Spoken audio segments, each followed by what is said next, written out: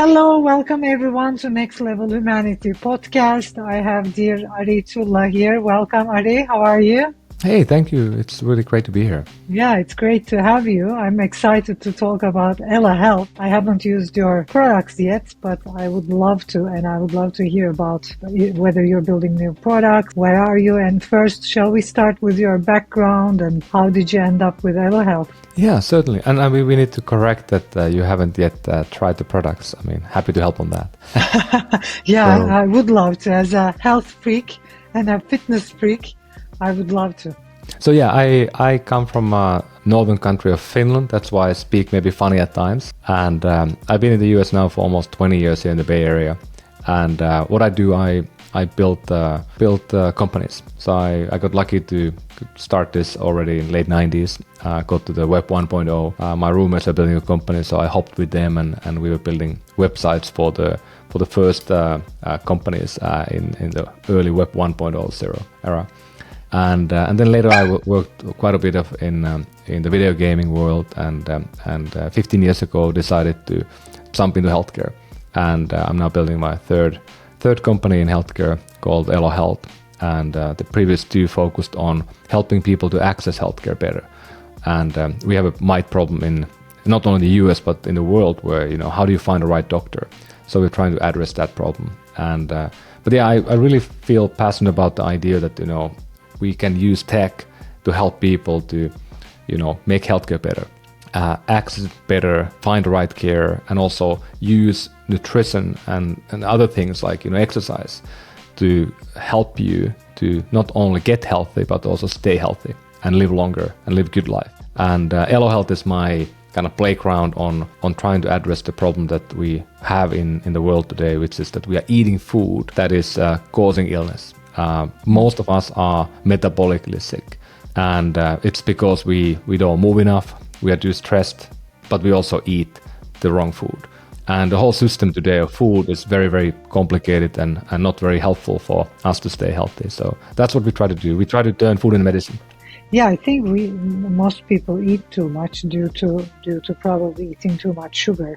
Because you probably know better than me that when you start eating sugar, because of your blood level, the difference between the blood levels during the day, I think you tend to eat more. So I myself did quit sugar totally for now. It's been for a couple of years now, and I don't tend to eat that much. So my portion, the way I eat, everything started changing. And I'm a healthy eater myself. I do exercise regularly. So that's why I was very interested in Elo Health and what you're doing. And you were on the health side, and now you're more on the preventive health side. And I think the whole world is right now understanding the importance of preventive health, because the health system is just crashing. It's the same thing in UK right now. The health system is just, we can't cope with all this sickness and everything. We need to teach people ways to stay healthy and well. And yeah, have you always been in the health sector and while creating companies? No, the first companies were really, and the first focus for the first 15 years of my career were really about the tech. And I was involved in building the first smartphone at Nokia in 2000s. I mean, before iPhone and Android came in, I was helping to build the first mobile games in the world. But health has been a very key piece of my life. And I think health is one of these things that, when you are 20, you feel invincible. And when you turn 30, you're going to feel like a little bit crack. Then you feel 40, you feel different. And when you're getting close to 50, like where I'm now, I mean, you start to think about like, what's the second mountain or the second part of your life going to look like? And you can make it to be miserable and painful, or you can make it to be great. And we all know people who are gray hair and they are in their 70s and they still do what they love to do. They can, hike the Appalachian Trail, they go ski in the mountains, or they just, run around with the grandkids. And who would not like to be like those people? But if you look around in the cities, in the US, for example, today, most people are not there. I mean, they can't run. They can barely get up from the couch when they are 70 or 80 years old. And that's not really great. So that's kind of my goal, is to help myself and help the other people who want to age with dignity and age with vigor and thrive in their life at the older years. And we all want to we will all be like, there's one guy, a few years ago who I think was 100, and he was skiing in the Alps at 100, and then I think he died. And of course we're gonna die when we're 100 at some point, but I think he died like at the ski slope. And how cool is that? Like, who wouldn't like literally die boots on the ground or boots on the skis at age 100? I mean, that's the way. But how do we normally die? We die in the hospital bed, unconscious, tubed, and not even to be able to say goodbye to your loved ones. Like, it hit me maybe, 15 years ago when I was starting my first company, healthcare. I was talking to IDEO. IDEO is the design agency that, will help a lot of companies to build great products. And they had a project where they looked at death. And I think it was named Redesigning Death. And they were like, these are guys who design like Apple products. And then they came in to rethink death. And they said that, how can it be that 90% of people die not in the way they want to die, but they die in another way, and then they rack up a lot of costs to be paid by the people who were left living.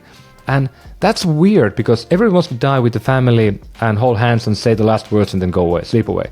And that never happens really today. We die, like I said, in a hospital bed with all the tubes and blinking lights and everything, and barely unconscious, if even that. Like, how can it be that that happens? And like, there are no other market where people pay hundreds of thousands of dollars of the last month of life, and you don't get what you want. I mean, isn't that pretty weird? But it's telling about the system of health today, which is not at all, like you said, about prevention and good life. It's only about treating the disease that we have been getting, often because of the lifestyle that we have today. Yeah, now it's crashing all around the world. I hear that it's worse in the US. It's much better in Europe. It's okay in UK, which NHS and everything, but it's still like all around the world. We need to find ways to stay healthy and well. And like you said, especially with how we are eating, there is this popular word, we are what we eat, of course. But like, it's the way we eat has to change. It's like the size of what we eat, like, it's just huge. How much we eat, like 15 times a day. Many people just keep on snacking, and it's like, no wonder we have all these sicknesses. And you have two amazing products, which is the metabolism booster and also the two proteins. So I would like to speak a little bit about.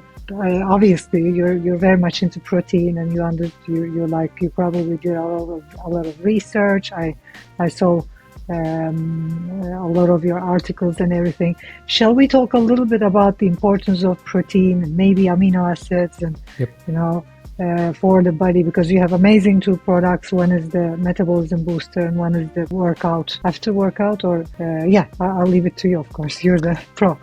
Let me take a step back first and give you a bit of context. So we've been around for about 5 years at Elo, and we have been building products like the first product we launched was a supplement pills that we were customized based on the blood work. So we did the blood work, we had a coach, a dietitian working with you, and then gave you the right supplements that are addressing your health conditions. Think about like low vitamin levels, mineral levels, A1C, cholesterol. And then later we added the protein in the mix, because we felt that, like you said, protein is very, very important piece of the puzzle, because many people don't get enough protein, especially women who are older than 40. And the lack of protein doesn't help us to grow muscle like we should. And after 40, you're going to lose muscle. And with protein, you can actually retain muscle. And if you don't have enough muscle at the 50, 60, 70, you become frail. And then you're going to fall and you're going to break your hip, and then you don't recover anymore. So that's a really key piece of the whole puzzle. And protein overall is like a really good catalyst for many other things. Then we also launched a really cool product. This is 3D printed gummy vitamins. So these are custom made to you with your name on top, and they were replacing the pills. And today what Elo does is that we actually work with a lot of different companies to build products for them. We also have some products we are selling at Elo brand, but today we are working with multiple different big companies to build new products for them. They could be on their brand, or they could be, we focus on fertility, we focus on weight loss, we focus on longevity and human performance. And the products that you can find today on the Elo.health website, those are the two protein products. We have some really cool ones coming. Those are for consumer, yeah. Those are for consumers. And we have a couple really cool ones coming that are in a few months.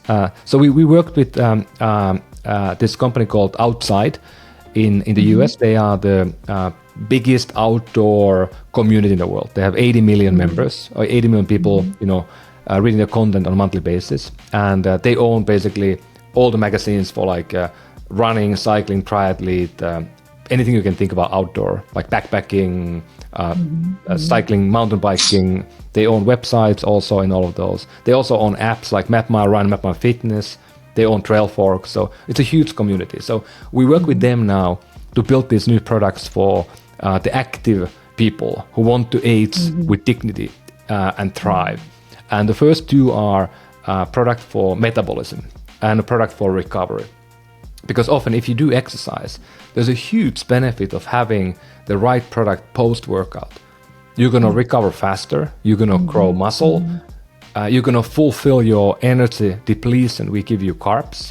And then we also always in Elo, we add you the full-on multivitamins, turmeric for inflammation and so forth. And for the metabolism, we did also add a fiber component. Because protein is important, but fiber is also really important for you. Because fiber is keeping you full, it helps your microbiome, and it is really one of these key pieces that we don't really think about. We usually eat, 15, 20 grams of fiber per day. Most people don't do that. Some people eat almost none, and that causes a lot of, stomach issues, GI distress, and so forth. So those are. And how about electrolytes? Do you have any products around that? Because I'm a fan of electrolytes, and I've been using them regularly. My body truly needs it. And maybe you've heard of David Beckham here just released a product, MI8, electrolyte product. And I myself wouldn't be able to do without them because I do exercise every day, and now I'm 50. And I think with the electrolytes and everything, my skin is much better than people my age because I'm hydrating myself every day. It's a great point. So I didn't mention yet. So in the recovery product, we have a full-on electrolyte right in there with the protein. So because we want to make it easier, like our whole idea with this product has been to make an all-in-one type of product. Where you buy one product and you have one scoop after your workout, or even two scoops if you do like a really vigorous one. So there's the same amount of potassium, magnesium, and then salt in that product that you have. I believe we have about the same dosing as the recovery product. Yes, and for the other one, we also added a little bit lower dose, but we also have the basic electrolytes, because also the metabolism product is mainly for people to take in the morning. And I always, when I talk to people, and I talk to thousands of people in the last few years about this, and I feel that people need these simple rules of thumbs, like what to do. And people are often like confused. And I think you started today already by saying that if you eat carbs in the morning, you end up eating more calories throughout the day. It's kind of weird, but that's how our body works. Like you prime your body in the morning, you give it more carbs, it wants more carbs throughout the day. You give the body and even protein. Sugar, like people eat sugar in the morning. That's just for me insane. It's totally crazy. And so what we always like to say at Elo that focus on the things that you can control. We all can control the morning. Like you wake up in the morning. You're already energized. You are energized. You slept well, I hope, and you have willpower. You are able to make decisions. You are straight-minded. Think about when you come back from work. You have the family dinner. Like you are busy. You don't have time to change anything anymore. But in the morning, I highly recommend people to do like an omelette or do like a protein shake with not sugar, but like a full-fat yogurt or blueberries, avocado, spinach, protein in different forms. Protein powder is a good option. And then in our case, we just give you all of those things. Like you get your supplements, you kind of get your athletic greens, you get your protein, you get your fiber, and you also get your electrolytes right in the morning.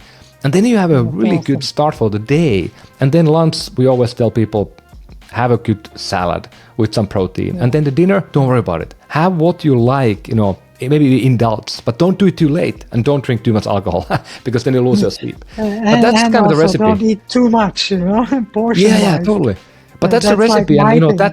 that leads into good life. And I mean, I'm still I'm still a competitive athlete. You know, I'm almost 50, and I perform almost the same level today at this age than I did at my 20s when I was training like a professional athlete. So it's pretty cool to see that, and it's possible. Yeah, I would almost say the same thing for myself, watching my eating and exercise, but I'm truly really interested in your product. I'm gonna try it myself. So with the you said you have also a cool product, and with the blood, and so you do personal you produce personal products as well, as I understand, right? Yeah. So The even the products product for, today, but is even it for consumer, or like how do if I wanted to, have my blood tested and have a personalized product, what would be the procedure of that? Yeah, so as a company, we've been kind of taking a step back of that we call hyper personalization. We work with thousands of people, and to be very frank, I mean, like it's been really difficult to scale it because the blood testing is something that a lot of people, they don't love the finger pricking, and people like to do it once, but they don't love to do it multiple times. We also connect with all the wearable devices, like the Apple Watch and the Oura Ring and the Whoop and others, even the glucose monitors. We can take all that data in and we can use it to personalize. But it was just very difficult to tell the people the story, and it's hard to scale. But also the fact that how do we scale the storytelling? Like I think we understand that we need more energy, we can improve our sleep, we need more better recovery. We need protein in the morning. We can get those. Those are kind of like things we understand. But it was very difficult to tell people, like, why would I need, ashwagandha? I mean, there's a long time to explain to people because this is complicated. And we just felt as a company that, when we grow much bigger now, we had to go a little bit more narrow and tackle the problems people have. But this is example, this is the metabolism product. And, it comes with my name on top. So it is personalized to you. It's only made for you. So we do go this level still at Elo, but we don't take your blood biomarkers right now. In the future, we will open it again when it becomes more prevalent. But we learned that a lot of people don't have the biomarkers. They don't have data. And now I think we have companies like Function Health, Superpower, and many others who are doing now and making the testing a bit easier.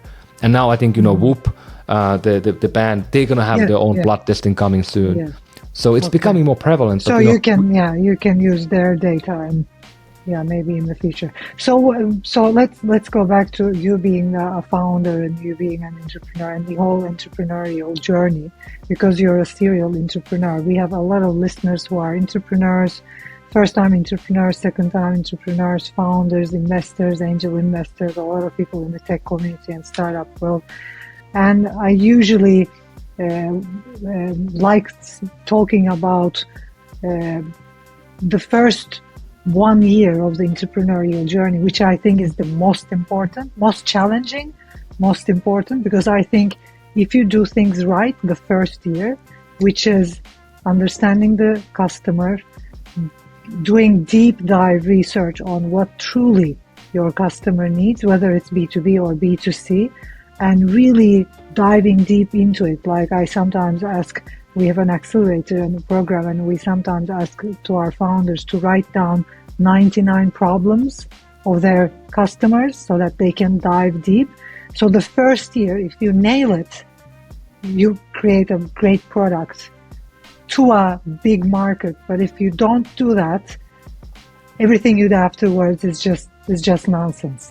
So what have been your approach for the first year? Like, how do you decide on the product, and how do you do all that market research, and what did it take for you to nail it down to, okay, this is the market, and this is what the market needs, this is the product, this is the problem I want to solve? Because I think that's the most important part. No, great question, and I love the approach. So I think my take is maybe a bit different than the most, because this is my sixth business that I built ground up from zero. And all of the 6 have been in different fields. None of them have had any similarities. They've been varying from like Web 1.0 to mobile gaming to, even like launching a snooze product, like a non-combustible tobacco in the retail. And I done, like doctor finder apps. I done enterprise SaaS software, all very different, selling to different people. So you like solving problems. Yeah, I like building things. I like building things, and of course, you build to solve problems. But I think I have a lot of friends who are some of the best known entrepreneurs in the world, and I talk to them daily, and many of them, some of them are very confidently. They built one thing really well, and they sold for billions of dollars, or went public, and then they talk about that with like very confident voice that you do this because I did this. I done this 6 times, and it's always different. every story is different, and then sometimes you win, and I've felt miserably a few times, like really badly, and I have succeeded a couple of times. That I'm going to be very proud about the companies that are employing hundreds of people now. So it's very cool, and you see your own things you built with your own hands, go on live after you left.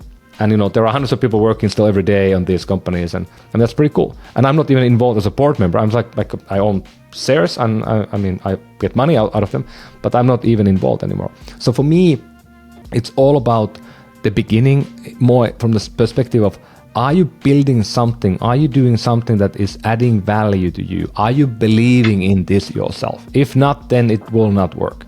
Because these journeys are not the 1 year, they are 10 years. I spent 10 years in one company that turned out to be another company that turned out to be a bigger company. But it took 10 years, and then still it's still private company. It's big, but it's private. So I haven't gotten the money out of that. So in a sense, this is a long haul. And you only start companies if you really believe truly that this thing you built is valuable for you and the world. Because otherwise you get bored, or you get tired, or you get burned out. And then what you have to do, you often, you raise money in the startup land. That's the idea. Money is the fuel for us, to fuel the flame. And you start with the Kindle. You're fueling it a little bit. It becomes a bigger bonfire. You're going to fuel a lot of money there. And it takes a long time to build a company profitable. It usually takes years if you build something new. And the more complex, the more difficult. And the more enterprise, the more longer it takes. So anyway, the point is that, always build things that you really truly believe in. And then second, go and sell it yourself. You can even sell this before you have built anything. You can build a website and test it out. And if people click the buy button, you don't have the product ready yet, but they can click the buy button. You say, if nobody clicks the buy button, nobody will want to buy it. If you can't sell it as a founder, the first 100 people, don't do it, because nobody else can do it. Yeah. And you have to go to the trenches. I'm more the kind of the business-oriented product person in companies. I'm a CEO normally in the last few companies, but I've done this for like 20 years as CEO, and you kind of have to go out there and you are the sales channel, you are the salesperson in the beginning, and then of course you need your partners. Like I have the same co-founder now for 17 years. And we don't need to have a call every day, because I know what he thinks. He lives in Cupertino next to the Apple spaceship. I live in San Francisco. We are like an hour away. We meet maybe like once a month, because we've been talking. We used to talk every day for 17 years. Like you get to know somebody, and he can build anything we come up with. He can build. Married, like, yeah, I know. It's my spouse, the second spouse. Yeah. But and we have like some people in my company now, for example, have been with me 3 companies. We've been together for 15 years, the same people, and they've been building this and that and whatever. But it becomes much more fun when you have that sort of longevity. And then you always need to sprinkle in the new people, like the new minds, young. I'm old already in a way, but you hire 20-year-olds and they come up with the crazy ideas that I never would fathom anymore. But the first year, you're right, it's key piece. But when you raise money, you don't have to burn the money immediately. That's the common misconception people do. They raise money, and I have raised hundreds of millions of dollars in the last years. And it's just, you don't want to burn it immediately. Burn slowly and find something of value for somebody and get them to pay for it. Yeah. And once you see that happening, then you can start spending the money. But we often end up running out of money and shutting the company down because we just burn the money too quickly. That's silly. Because entrepreneurs just get too excited and too high, I think, about their product, it's great that you believe in what you're creating, but it's just if you're just too infatuated with the product, you just end up spending all the money without understanding what people want to buy. And maybe not even that, because it's not even that always, but it's more about, like let's say, I wanted to play hockey when I was a kid. I played for a long time, and I'm decently good, but I'm 6 feet tall, and I was a defenseman, and like you have to be a bit bigger, a bit faster. Maybe I was too pretty on the field, on the ice, but I wasn't good enough. I wasn't hard enough, and in Finland, where I'm from, like hockey is like the thing, like the football in England or football in the US. So for me, I never got there to NHL, and I really wanted to go from Finland to to play here in Silicon Valley. I've been here now almost 20 years and building companies here. This is the NHL, by the way, for building companies. It's not in the London, Oak Street or wherever, but it's here. And the 90% of companies are built here that matter. So you want to be in the right place. And then when you are playing NHL or you play in the Silicon Valley, there's certain rules in the game. And the rule of the game is that there are people who give you money, and there are people like me, entrepreneurs, who use the money to build something new. And that's and the fuel is the money that I get. And when I get the money, the investors are telling me to go and run faster. Every board meeting is like, run faster. We're going to give you more money. And that is the game. So it's not really about me only as a founder having hubris or spending money too much, but it's everybody, like the people around you, the investors you have, and the whole game is telling you to do that. Move faster. And think about like Facebook mantra, break things and move faster. Kind of cool, but now, they broke the whole freaking world. So maybe not a great idea. Like they broke the kids, they broke everything now. Like nothing works anymore. We don't believe anything anymore. We have politics that doesn't work anymore. That's mainly because of social media. So we need to be kind of wary about the fact that, it's not only about the lean startup or this sort of hacker mentality. It's also being empathetic to understand what you want to build, look around you, do the right things, do good. Like, I invest in companies as a side, and I've been investing like 50, 70 companies, whatever, in the last 15 years. And, my investment vehicle is called Do Good Ventures. And it's only investing in companies that do good. And of course, they can pick some of them are big companies, they do great, but, I also want to like make sure that they do something valuable for the world. Yeah, that's like starting with a true value. Yeah, I agree. Yeah, and Elo Health is just amazing, because we're also in the health and wellness sector. I love it. Thank you, Ari. It was lovely chatting with you. Hope to meet you in person when I hopefully one day come to San Francisco area. Is there something you want to add to kind of like a last message to founders, entrepreneurs, anyone listening? Yeah, so my one big thing I've been trying to do for the last over 10 years now, I don't know, I fell in love with the healthcare as a field broadly. We can call it wellness, nutrition. It's very broad. But what is unique about this is that you can build things. Like I built games that were played by millions and millions of people. It's really fun and cool. And I have a lot of friends who work at early days in Facebook and WhatsApp and all these companies. And it's also really cool to build something that billion people use.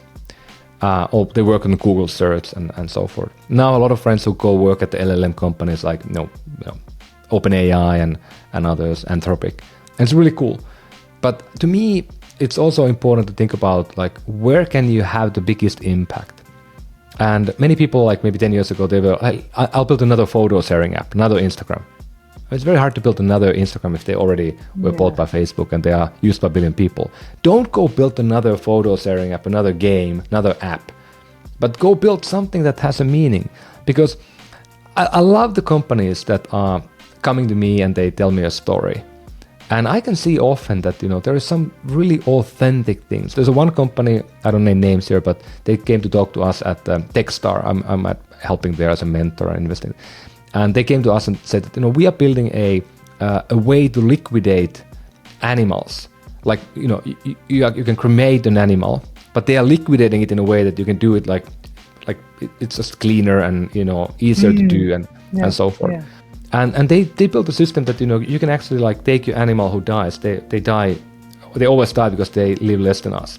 And then you can take it and you can have this sort of a ethical, environmentally friendly, better way to do it. And then you have a funeral service and all this stuff. And there's a huge problem. Like if your dog dies and it's a big dog, like what do you do? Like it's very difficult to do today. Yeah. Built a better system for that. And this person was like a vet and had done this like for a long time and understood it better than anyone else. And I was like, that company will likely do great. And now they're doing pretty great. There's another company that I just met recently. I don't know anything about them, but it's a person who's from Iceland. And they have had a farm in Iceland, family farm for multiple generations, and they are breeding the Icelandic ponies, the small horses. And this person basically was an equestrian for the whole life, came from that family, lives and breeds horses. And they built a system where they can kind of put the horses in the blockchain, all the Icelandic ponies in the world. And you can, when you sell one, you can authenticate who they are, what the lineage is. And then they're selling them like, saddles and healthcare and insurance. And I was like, nobody else will compete with you. You're the only person ever building a company for the Icelandic ponies. And you're going to do great. And I bet that company will be a $100 million company in a few years.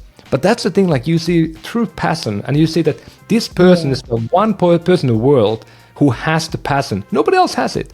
And it's great to be the one person focused on one small area, because that is much more likely to succeed than you are another LLM competing with 100 other companies who have more money than you have. Yeah, it's basically, it comes to just your business need to be aligned with your own values, who you are and your own values. That is crazy.